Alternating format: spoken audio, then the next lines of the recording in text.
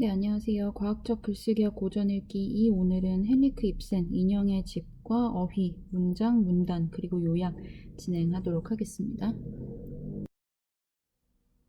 네, 먼저 오늘 수업 차례입니다. 수업 들어가기 전에 중간고사에 대한 간단한 공지를 드리도록 할게요. 이어서 1교시 헨리크 입센의 인형의 집, 그리고 2교시 어휘, 문장, 문단, 그리고 요약 해서 관련 문제를 풀어보는 시간을 가지도록 하겠습니다.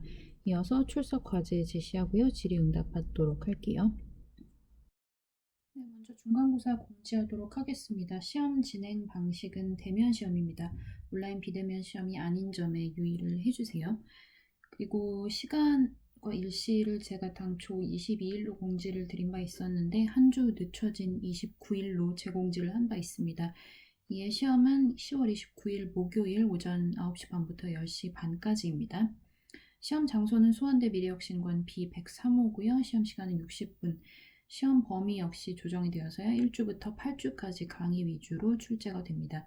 보다 구체적인 내용은 캔버스 내 공지사항을 참고를 해주시면 되겠습니다. 가장 최근의 공지사항을 살펴봐 주세요. 네, 그러면 이어서 1교시 수업 시작하도록 하겠습니다. 헨리크 입센의 인형의 집입니다. 왼쪽에 보이는 이미지는 1879년 희곡 원작에 본인이 서명을 한 그 페이지를 제시해 놓은 것인데요. 헨리크 입센이라고 아래 써놓은 게 아마 보이실 거예요. 네, 이분은 노르웨이의 극작가이자 시인이시고요. 현대 연극계에 굉장히 큰 영향을 끼친 분입니다. 1879년에 이제 작품 인형의 집을 발표를 했는데요. 기존과는 다른 새로운 여성상을 주제로 한 3막의 희곡입니다. 이는 12월 21일 코펜하겐의 덴마크 왕립극장에서 초연을 했었고요. 2001년에 유네스코에서 입센의 자필 서명이 있는 이 왼쪽에 보이는 이 원고, 이것을 세계기록유산으로 등재를 한 바 있습니다. 새로운 여성상이라는 것이 주제라는 점을 잘 기억을 하시고 작품을 따라오면 되겠습니다. 네, 인형의 집은 교재 225쪽부터 나와 있고요. 그렇듯이 교재를 미리 읽어주시기 바랍니다. 그리고 중간고사를 대비하기 위해서도 지문은 읽어두셔야 될 거예요.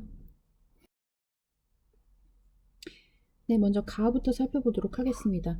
가를 읽고 주인공과 그가 처한 상황에 대해서 추정을 해보도록 하겠습니다. 먼저 주인공은 노라이고요.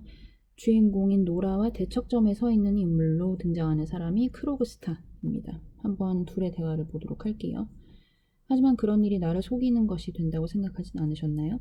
그런 건 생각지도 않았어요. 당신에 관한 일 같은 건 전혀 문제가 되지 않았으니까요. 나는 당신이 아주 미웠어요. 법은 동기에 대해서 묻지 않아요. 그런 법률은 나쁜 법률임이 분명해요. 그럴지도 모르지. 그러나 이 같은 사건에 대해서는 너무나 잘 알고 있습니다. 좋습니다. 그럼 부인 마음대로 하십시오. 그러나 이것만은 말씀드리겠습니다. 제가 이번에 떠밀려서 추락하게 된다면 부인도 함께 끌고 들어갈 것입니다. 네, 여기서까지 본다면 둘은 좋은 사이가 아니죠. 그리고 노라, 주인공은 지금 크로그스타라는 자에게 모종의 협박을 받고 있는 것을 알 수가 있어요. 제가 이번에 떠밀려서 추락하게 된다면 부인도 함께 끌고 들어갈 것입니다. 일종의 물귀신 작전 같은 것이잖아요. 자, 어떤 이유에서 이렇게 크로그스타가 노라에게 협박을 하고 있는지에 대해서는 좀 이따 나옵니다. 가의 자세한 이야기를 한번 살펴보도록 할게요. 주인공인 노라는 토르발 헬메르라는 사람의 아내이자 세 아이의 어머니입니다. 그녀는 남편의 사랑을 받고 아이들을 잘 키우는 게 여자의 행복이라고 생각을 하죠. 그러던 어느 날 은행장인 남편 헬메르의 그 부하 직원인 크로그스타, 방금 전에 살펴봤었던 지문에서 그녀가 대척점에 서 있었던 인물이죠. 이 사람이 그녀를 찾아옵니다. 크로그스타는 과거 사채업과 같은 음성적인 일에 종사를 하다가 헬메르가 일하는 은행에 들어온 이후에는 성실하게 일을 하고 있었어요. 그런데 헬메르가 과거 잘못을 저지른 자는 신뢰할 수 없다라고 해서 그에게 갑자기 해고 통지를 하게 된 것이죠. 그런데 이것과는 다르게 또 다른 사건이 있습니다. 결혼 초기에 이제 노라 남편이었던 헬메르가 중병에 걸렸었어요. 의사는 요양을 해야 된다고 했는데 당시 이제 부부가 경제적인 여유가 없다 보니까 노라가 자신의 아버지의 서명을 위조를 해서 차용증에 서명하고 돈을 빌렸습니다. 어디까지나 중병에 걸렸던 헬메르를 치료하기 위해서였던 것이죠. 그런데 이 점을 크로그스타가 알고 있었던 거예요. 그래서 자신을 해고하려고 하는 헬메르를 막아달라고 노라를 협박했던 거죠. 노라가 차용증에 위조를 했다는 사실을 빌미로 삼아서요. 이로 인해서 굉장히 곤경에 처하게 된 것이죠, 노라가. 그렇기 때문에 헬메르에게 크로그스타의 해고를 좀 재고를 해 봐달라라고 남편에게 요청을 하지만 남편은 전후 사정을 알려고 하지 않은 채 그냥 그 요청을 무시합니다. 그래서 결국 크로그스타는 해고가 돼요. 그래서 이제 복수를 해야겠다라고 마음을 먹어서 노라의 차용증 그 위조와 관련한 편지를 전 상관이었던 헬메르에게 보내게 되는 것이죠. 그리고 그 이후의 이야기가 나에 전개됩니다. 크로그스타로부터 그 노라의 차용증 위조와 관련한 편지를 받고 나서 헬메르는 분노해요. 그래서 다음과 같이 이야기를 하죠. 그따위 어리광대 짓은 집어치워. 자, 하나도 숨기지 말고 모조리 얘기해봐. 그 이전까지는 존댓말을 쓰는 사이였는데 갑자기 이렇게 바뀌어요. 물론 번역을 하면서의 변화이기도 하겠지만 이것이 헬메르의 분노했을 때의 본성이겠죠. 당신이 어떤 일을 저질렀는지 알고 있어? 어서 대답해. 말해보라고. 하니까 노라가 네, 지금의 여사에 비로소 알기 시작했어요. 라고 합니다. 여사 헬메르는 이렇게 무서운 짓을 저지르다니 8년이라는 세월 동안 내 기쁨이요 자랑이기도 했던 여자가 미선자요 거짓말쟁이였다니 아니 그보다 훨씬 더한 범죄자였다니 당신 속에는 말할 수 없이 더러운 것들이 숨겨져 있었어. 네, 이런 식으로 이야기를 합니다. 그랬더니 노라의 지문에는 입을 꽉 다문 채 조금도 움직이지 않고 남편의 얼굴을 쳐다보고 있다 라고 제시가 되고 있습니다. 네, 보시면 아시겠지만 헬메르는 노라가 어떤 이유로 지금 차용증을 위조해서 돈을 빌렸는지 그 이유를 먼저 물어보기보다는 분노해서 그 당신의 화를 이제 표출하는 거 위주로만 지금 신경을 쓰고 있어요. 오직 노라의 행동 자체가 잘못되었다라는 그 비난 일색인 모습만 보이는 것이지 그 밖의 것은 보이지도 않습니다. 그리고 비난의 수위는 8년의 세월 동안 기쁨이었다던 본인이 했던 그 말의 정도를 넘어서죠. 위선자, 거짓말쟁이 하다가 분노가 점점 이렇게 차오르니까 이어서는 범죄자, 더러운 것이 숨겨져 있다. 이런 식으로까지 얘기를 하거든요. 하지만 노라는 그저 입을 다물고 있을 뿐입니다. 어디까지나 남편에게 순종적인 아내의 상을 보여주는 전형이라고 볼 수가 있겠죠. 네, 그런데 아내에 이어서 이번에는 장인까지 비난하고 나선 헬메르를 볼 수가 있습니다.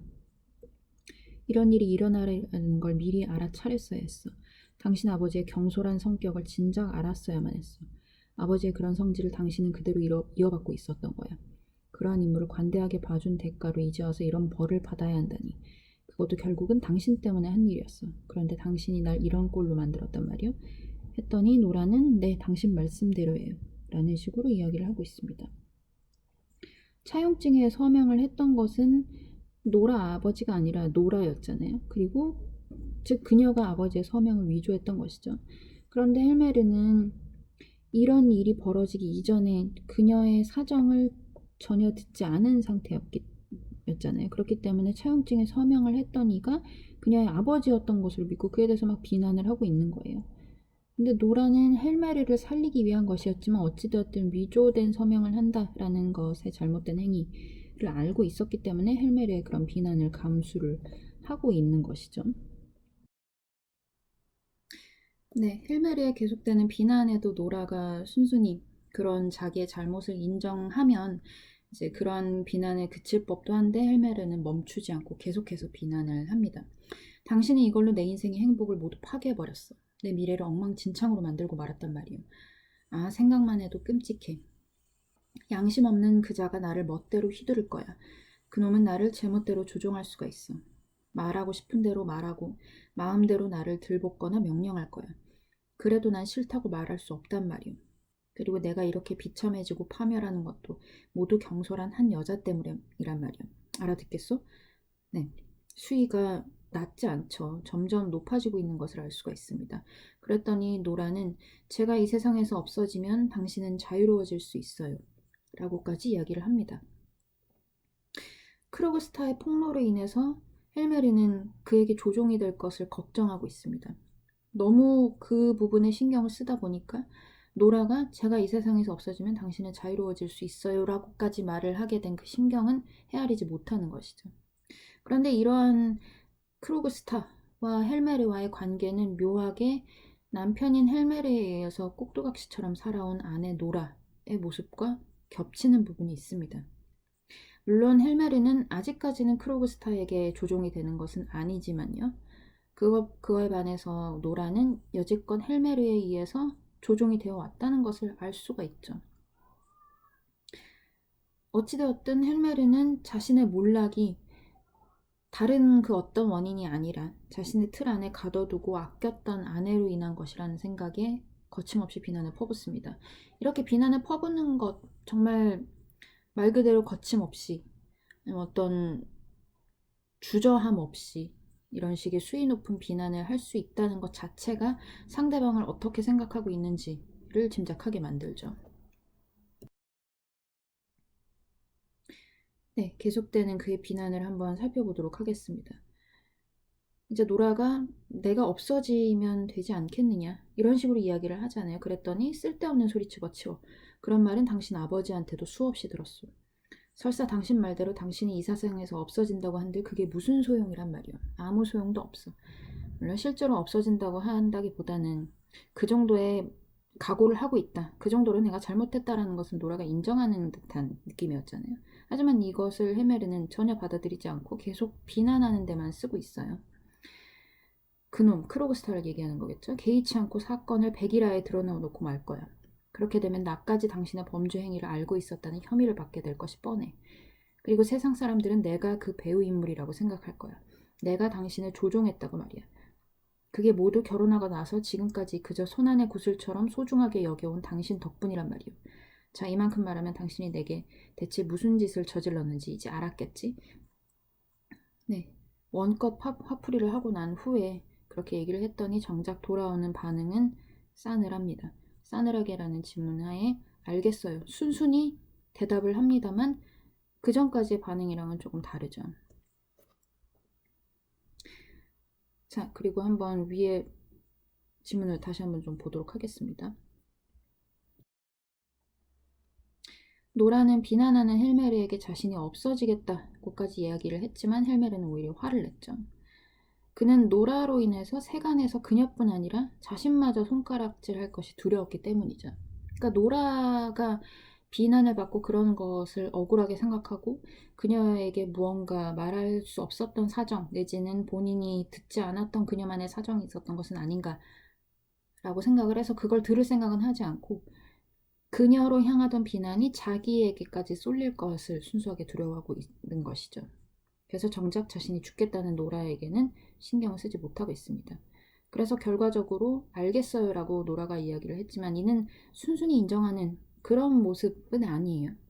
노라를 제 손 안에 구슬처럼 그러니까 자기만의 성에 가두어 놓고 일방적으로 헬메르는 아껴왔지만 그것은 어디까지나 자기가 손 안에서 마음대로 주무르고 조종할 수 있었기 때문에 그렇게 기회를 할 수 있었던 것이죠. 정작 이렇듯 중요한 순간에는 자기만을 생각하느라고 그녀에 대한 생각은 조금도 하지 못하잖아요. 그렇기 때문에 그 일방적인 비난을 통해서 그것을 들으면서 노라는 그 사실을 깨달았던 것이죠. 따라서 이 알겠어요라는 것은 헬메르에 대한 실망을 나타내는 대목이라고 할 수가 있습니다. 네, 이어지는 단락에서는요. 위기를 모면하려는 그의 모습이 나타납니다. 계속해서 어떻게 보면 환상이 깨지는 노라로서는 그런 모습을 볼 수가 있는 것이죠. 원치 않는 남편의 모습을 보게 된 거예요. 하지만 이게 아이러니하게도 노라가 그동안 내가 남편이라는 어찌 보면 만들어진 그리고 자기 자신을 마음껏 조종하는 그런 성에 갇혀 있었구나 라는 것을 깨닫게 되는 계기가 된다는 점에서 중요한 전환점이 됩니다. 헬메르의 대사를 한번 보도록 하겠습니다. 너무나도 믿어지지 않는 일이라서 지금도 뭐가 뭔지 잘 모르겠어. 그러나 우선은 어떻게든 빠져나갈 궁리를 해야 해. 네, 이 부분은 크로그스타의 폭로를 보고 나서 이성을 잠깐 잃었다가 어떻게든 이 사건을 타개를 해야겠다, 모면을 해야겠다라고 생각을 해서 이제 허둥지둥하는 모습인 것이죠. 그 쇼를 벗어요. 벗으라고 하지 않소. 어떻게 해서든지 그놈을 설득하고 달래볼 생각이야. 무슨 짓을 해서라도 이 사건을 감춰버려야 해. 네, 그런데 그 타겟책이라는 것이 은폐입니다. 당당한 방식은 아니죠. 그리고 당신과 나 사이는 지금처럼 아무 일 없다는 듯이 꾸며야 해. 물론 세상 사람들 앞에 그렇게 보이기 위해서야. 네, 헬메르는 어찌 보면 여지까지 노라가 어떻게 눈치채지 못했나 싶을 정도로 앞과 뒤가 일관된 사람입니다. 말하는 그대로 행동을 하고 있죠. 지금처럼 아무 일 없다는 듯이 꾸며야 된다. 그만큼 남들의 시선을 두려워하는 것을 알 수가 있죠. 그리고 그것을 왜 그렇게 해야 하느냐 라는 것은 당연히 본인의 사회적인 위신과 지위를 신경을 쓰기 때문이고 이 역시 노라의 어떤 의견이나 생각은 개입이 될 여지가 없음을 알 수가 있습니다. 그런데 여기서 한 가지 모순적인 부분은 뭐냐면 헬메르가 이렇게 뭐 본인의 의지가 아닌 사건이 이렇게 터지게 되어서 화를 내는 것까지는 있을 수 있지만 그 전에 이 사람이 크로그스타에게 보였던 그 태도와는 모순된다는 점이 있는 것이죠.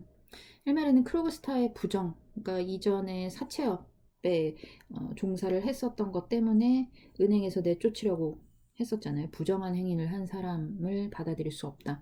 이렇게 했었는데 그때의 근거가 뭐였냐면 과거에 잘못을 저지른 인간은 지금 괘씸한 듯 보이더라도 신뢰할 수 없다라는 것이었거든요. 그로 인해서 크로그스타를 해고 통보를 했는데 지금 모습을 보면 어찌 보면 노라의 잘못이었을 수 있지만 이들은 부부니까요.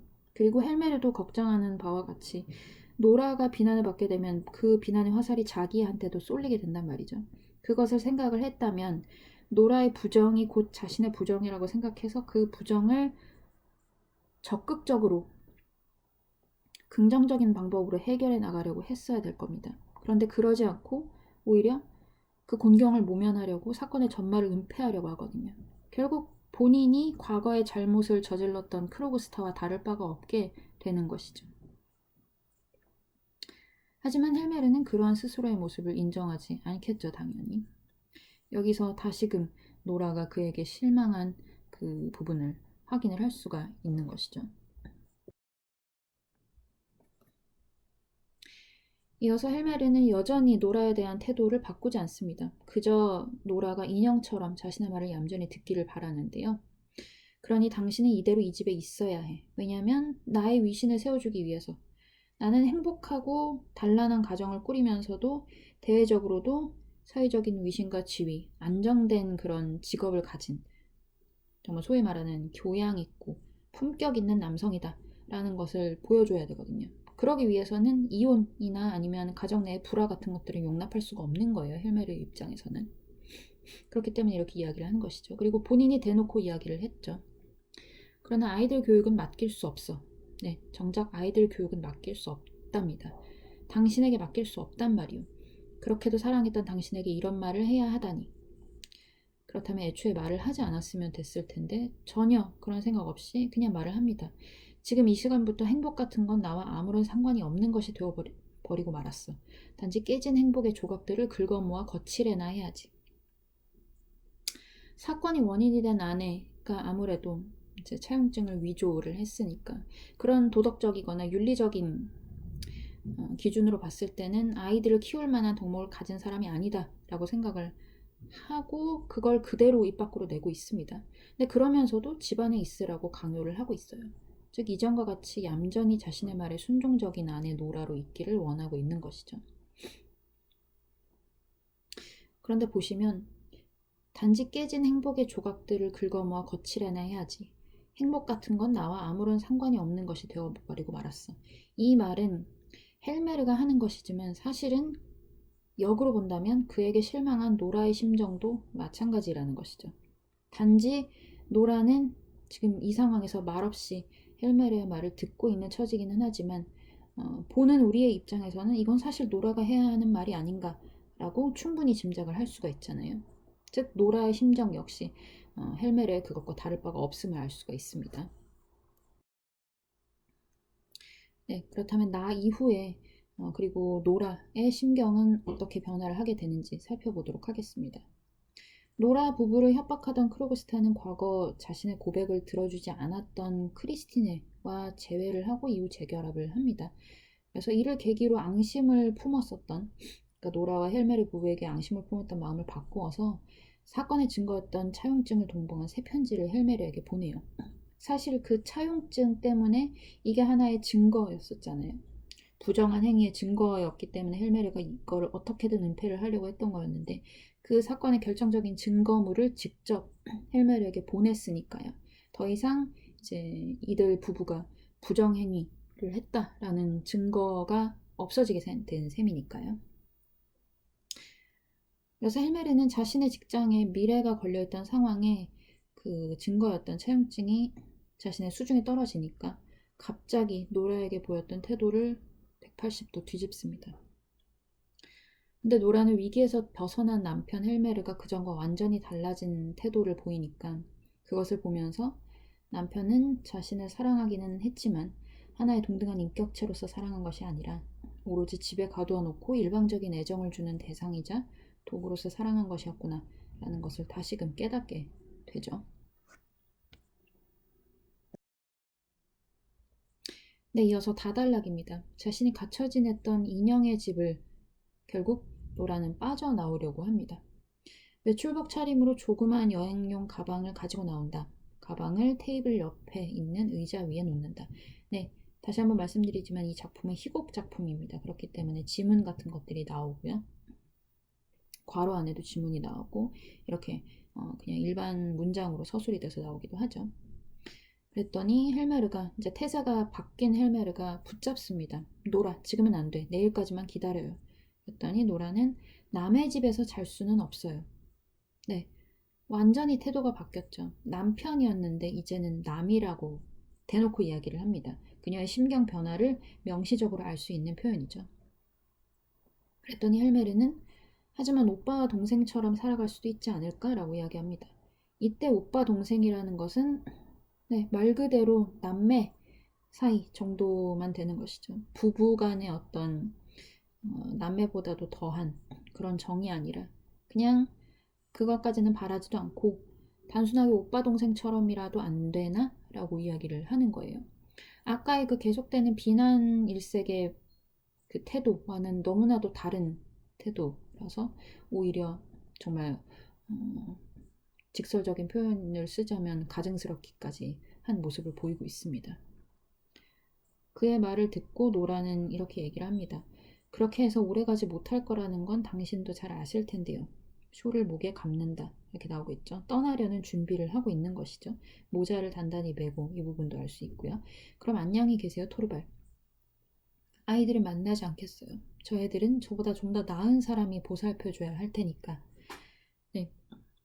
지금 상태로는 그 아이들에게 전 어떤 도움도 줄 수가 없어요. 정말 얼마나 굳게 결심을 했는지 본인과 헬메르의 사랑의 결실이었던 아이들까지도 노라는 냉정하게 나는 더 이상 이 아이들을 돌볼 자격이 없다 라고 하면서 두고 뒤돌아서 나오는 겁니다. 왜냐하면 노라 본인이 살던 집은 인형의 집 그리고 남의 집이 되어버렸기 때문이죠. 그리고 아이들은 헬메르와의 사이에서 태어나기는 했지만 노라가 헬메르의 인형으로서 살아왔고 그리고 이 집이 인형의 집으로 있기 때문에 헬메르와 자신은 동등한 인격체가 아니었던 거예요. 그리고 그것을 노라가 깨달은 것이잖아요. 헬메르는 인간이지만 자신은 인형이라는 사실을 깨달았잖아요. 그렇기 때문에 표면적으로 봤을 때는 아무래도 본인이 부정을 저질렀어서 그것 때문에 아이들에게 그 죄책감을 느껴서 더 이상 이 아이들을 가르칠 수 없다 아니면 이 아이들과 함께 할 수 없다라고 하는 것인가 라고 할 수 있겠지만 실상은 본인이 인간이 아닌 인형으로서의 대접만 받고 있던 그 집에서는 나는 아이들에게 하나의 동등한 인격체로서 어머니라는 것을 떠나서요 동등한 인격체로서 이 아이들을 대할 수가 없구나 라는 것을 깨달았기 때문에 결국에는 부모로서의 도리를 할 수 없는 상황인 거잖아요. 그렇기 때문에 아이들을 두고 나온다라고 선언을 하게 된 것이죠. 이렇듯 헬메르와 관련된 모든 것이 자신을 인형으로 있게 한 구속이었음을 노라는 깨닫게 됩니다. 헬메르는 뒤늦게 이제 후회를 하면서 붙잡으려고 해요. 그래서 앞으로는 말이야 이런 식으로 이야기를 하지만 노라는 단호합니다. 그런 일을 어떻게 알 수 있겠어요. 저 자신이 어떻게 될지 저도 알 수 없는데요. 하지만 당신은 내 아내야. 지금도 그리고 앞으로도. 네, 태도가 굉장히 이중적이죠. 그랬더니 노라는 아니에요 여보. 제가 아는 한 아내가 남편의 집에서 나가면 남편은 아내에 대한 모든 의무에서 벗어날 수 있다고 들었어요. 어찌되었든 저는 당신을 모든 의무에서 풀어드리겠어요. 당신이 이제 어떠한 구속도 느끼지 않게 될 거예요. 그 점에서는 저도 마찬가지예요. 서로 완전히 자유롭게 되어야만 해요.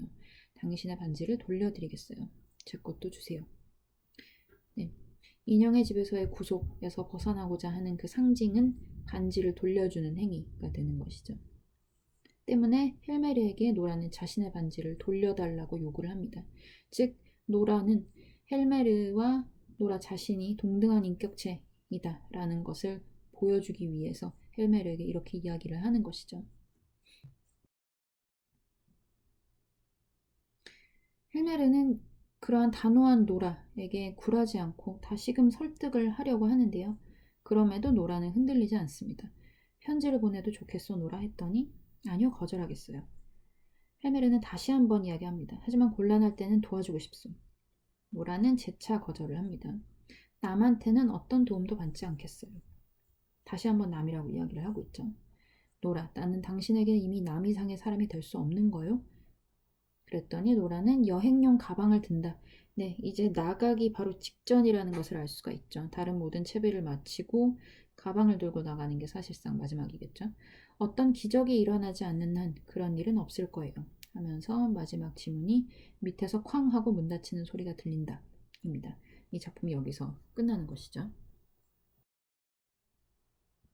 노라가 곤란한 경우에는 도움을 주고자 헬메르는 이야기를 하지만 이 부분에서 여전히 헬메르는 노라에 대한 생각을 고치지 못한 것을 알 수가 있습니다.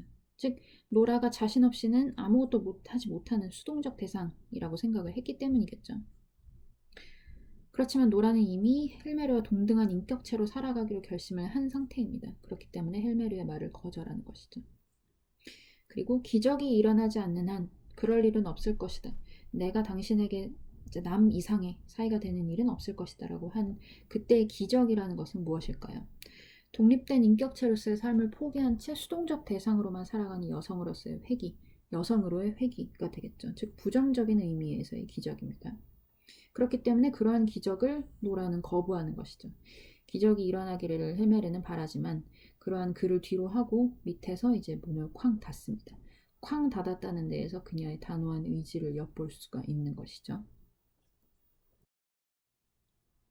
네, 헨리크 입센의 인형의 집 본문 내용은 여기까지입니다. 이어서 활동 3을 보도록 하겠습니다. 여류 작가 나혜석의 글과 인형의 집에서 말하고자 하는 바가 무엇인지 생각해보자. 그래서 아래에 다음과 같은 글이 나와 있는데요. 나혜석은 이제 조선 후기이죠. 조선 후기 당시에 굉장히 유명했었던 작가인데 여성분입니다. 여성 작가로서는 선구자적인 입지를 가지고 있는 분인데 이분이 썼던 이혼 고백장이라는 글과 입센의 인형의 집에서 말하고자 하는 바가 과연 무엇인지 한번 생각해 보도록 합시다. 조선 남성 심사는 이상하외다. 자기는 정조관념이 없으면서 처에게나 일반 여성에게 정조를 요구하고 또 남의 정조를 빼앗으려고 합니다. 서양이나 도쿄 사람쯤만 되더라도 내가 정조관념이 없으면 남의 정조관념이 없는 것을 이해하고 존경합니다. 종종 방종한 여성이 있다면 자기가 직접 쾌락을 맛보면서 간접으로 말살시키고 저작시키는 일이 적지 않소이다. 이 어이한 미개명의 부도덕이냐. 조선의 남성들아, 그대들은 인형을 원하는가? 늙지도 않고 화내지도 않고 당신들이 원할 때만 안아주어도 항상 방긋방긋 웃기만 하는 인형 말이오. 나는 그대들의 놀이개를 거부하오. 내 몸이 불꽃으로 타올라 한 줌 재가 될지언정 언젠가 먼 훗날 나의 피와 외침이 이 땅에 뿌려져 우리 후손 여성들은 좀 더 인간다운 삶을 살면서 내 이름을 기억할 것이다. 네, 인형의 집에서 나왔던 그 인형, 명시적으로 인형이라는 언급이 그렇게 나오지는 않았습니다만 이 이혼 고백장에는 인형이라는 게 대놓고 나오죠. 한번 어떤 공통점이 있는지 살펴보도록 합시다. 자기 자신에 대해서는 관대하면서도 여성에게는 엄격한 잣대를 요구하는 일부 남성에 대한 비판이 곧 이혼 고백장에 쓰여져 있었던 것을 알 수 있었죠. 이것은 인형의 집에서의 헬메르와 비슷한 것임을 알 수가 있습니다. 그리고 인형의 집과 이혼 고백장의 주제는 뭐죠? 여성은 남성에게 속박되어 있는 수동적인 대상이 아니라 남성과 동등한 인격을 지닌 독립된 주체이다 라는 것이죠. 곧 이혼 고백장이든 인형의 집이든 나혜석과 그리고 노라의 대사에서 우리가 알 수 있는 것은 여성 역시 남성과 마찬가지로 동등한 인간이다 라는 그 메시지를 전달을 받을 수가 있습니다. 네, 이것으로 1교시 종료하도록 하겠습니다. 이어서 2교시 어휘, 문장, 문단, 그리고 요약을 진행하도록 하겠습니다.